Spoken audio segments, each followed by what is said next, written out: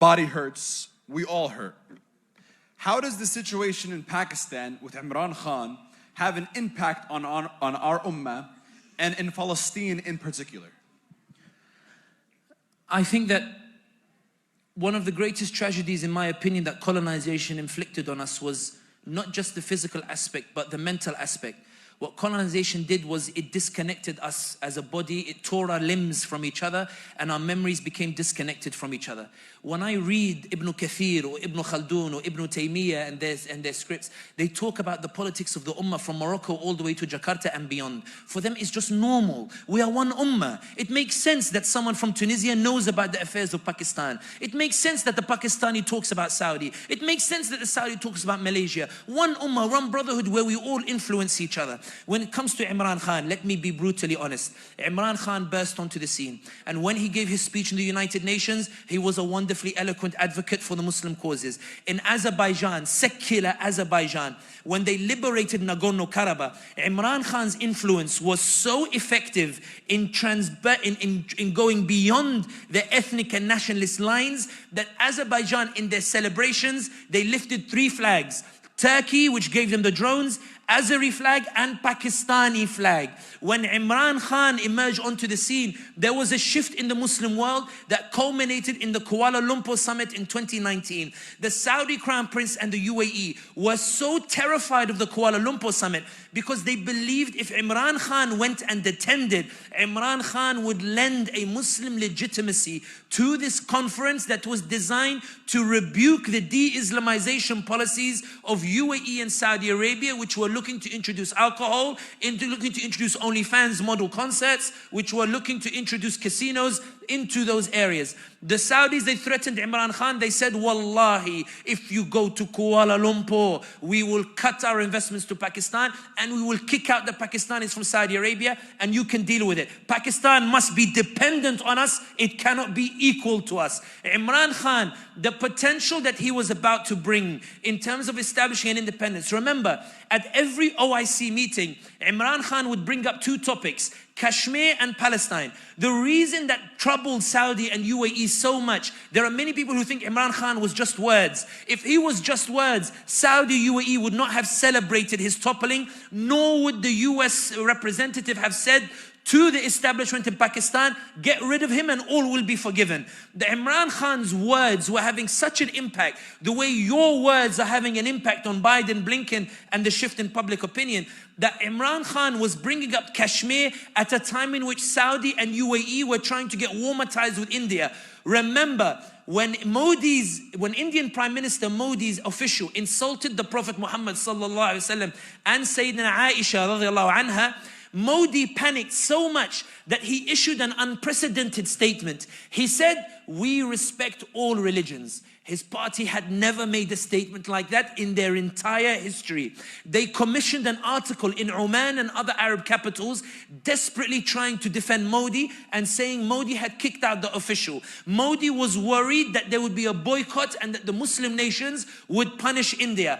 Guess which country bailed Modi out and invited him to their capital to tell him, don't worry, this issue doesn't matter to us, ignore the Muslim anger. It was the United Arab Emirates, where bin Zayed received Modi and told him, Ta'ala, come, and they hugged him and they built a temple in UAE last week to show we're moving beyond Islam and Muslim causes, where now we want warmer ties, we don't really care about these issues. Imran Khan was making them sign on papers telling them that they respect Kashmir's right to independence at a time in which they didn't want to upset India. So they were getting annoyed.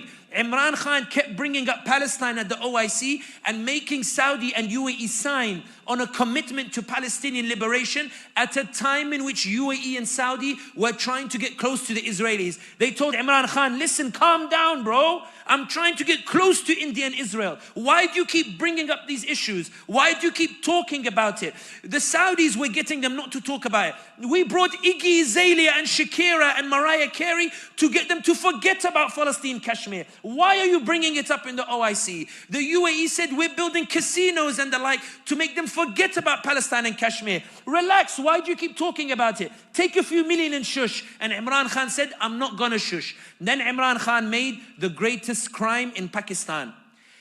he tried to appoint a chief of staff of the army and appoint an intelligence chief, which is the democratic right of any elected leader, but in Pakistan apparently it's haram. It's la yajuz. So they panicked and they kicked him out of power. When they kicked him out of power, you who believe yourselves to be ordinary, do you know why they couldn't arrest him? Because thousands of Pakistanis took to the streets. They tried to arrest him in Zaman Park, they couldn't do it. They tried to, they said, let's hold by-elections just to get rid of PTI. They did the by-elections, PTI won a landslide election in the largest province in Pakistan, in Punjab. Then they panicked and they said, Ya ilahi, what's going on over here? Then PTI, they tried to pull a nice move. They wanted to dissolve the assembly of Punjab to force general elections. The establishment said, whoa, whoa, whoa, whoa, whoa, whoa, whoa. They said, we're not holding general elections. We're going to appoint a new assembly. And then they went to the Supreme Court. Supreme Court said, no, you have to hold elections. They said, Toz for Supreme Court. We're not respecting this Supreme Court. The reason they couldn't arrest Imran Khan was because people were getting like, Arab accounts were talking about Imran Khan. They were raising awareness saying, dude, what's happening to Imran Khan? He's being attacked only because he's certainly raising the awareness. But ya ibadallah, let me tell you something phenomenal about these Pakistani brothers and why I believe the ummah is alive. I refuse to believe the ummah is weak. The establishment spent 2 years preparing to rig the elections to ensure that Imran Khan would be eliminated from the scene and PTI. They got him in prison, they arrested him because on May 9th, some installations were burnt. Some Pakistanis, they got scared suddenly and they went home. I don't know why, but in any case, it is what it is. They arrested Imran Khan. They threw 250 charges. They found something about his marriage. Apparently the wife didn't wait for an iddah period or something. Something was so ridiculously disgusting the way they did it. But in any case, they put him in prison.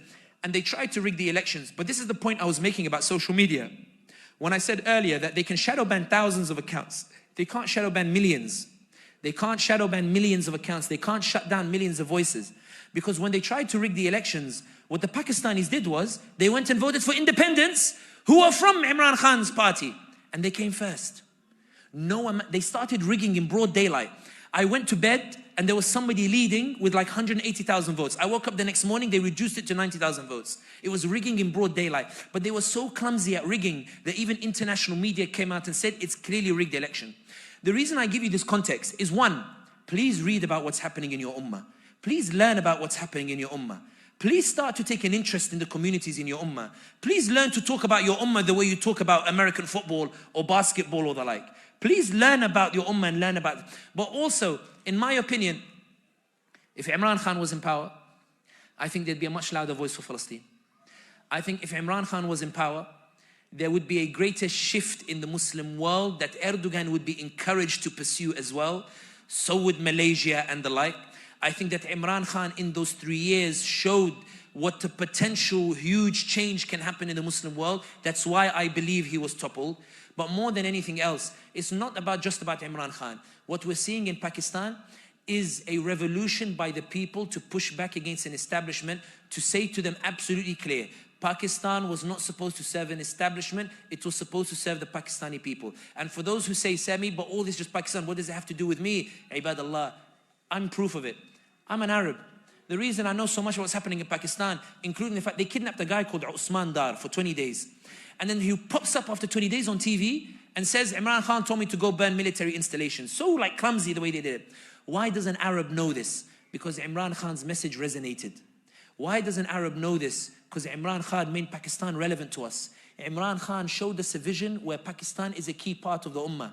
And I, as a Muslim who resonates with the ummah, I said, you know what actually, Sumaya, do you think it's worth going to Hanza Valley? Why don't we go visit Islamabad and Karachi? Why don't we go put our money in Pakistan? Imran Khan sounds like he's got some good ideas like to bring the Muslims together. Let's go and support him. We won't go to, Switzerland or the like. Let's go and see what Pakistan is like. He was shifting the way that we thought about Pakistan, shifting the way that we thought about the ummah. And that's why, ya ibadallah, let no one ever tell you that words don't matter. Let no one ever tell you that symbolism doesn't matter. Let no one ever tell you that words doesn't matter, because it does, because it affects change and it causes a shift that results in a series of consequences that results in new opportunities. Pakistan now is in a battle. They are desperately trying to make sure that Imran Khan doesn't form a government. They tried to get the two parties who were the beneficiaries of the rigging to form an alliance.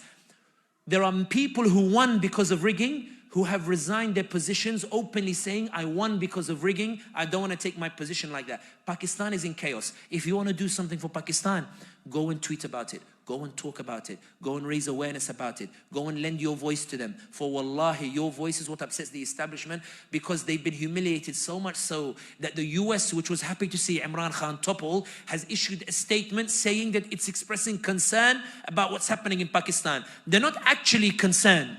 They are rather trying to leave a way open in case Imran Khan comes back to power. There's a chance that he might. But the ummah needs to rally. The same way that you saw you can make a difference on Gaza, you can make a difference on any issue related to the ummah. Learn about Sudan. Learn about Pakistan. Go and learn it. You learn about so many other things. What's stopping you from going to learn and teaching your kids that these things matter? For wallahi, these borders are artificial. The ummah is one. And the proof is that Allah in the history of Islam, the liberation of Al-Quds was done by Umar al-Khattab, the Arab, and by Salah ad-Din, the Kurd, and Constantinople fell to the Turk.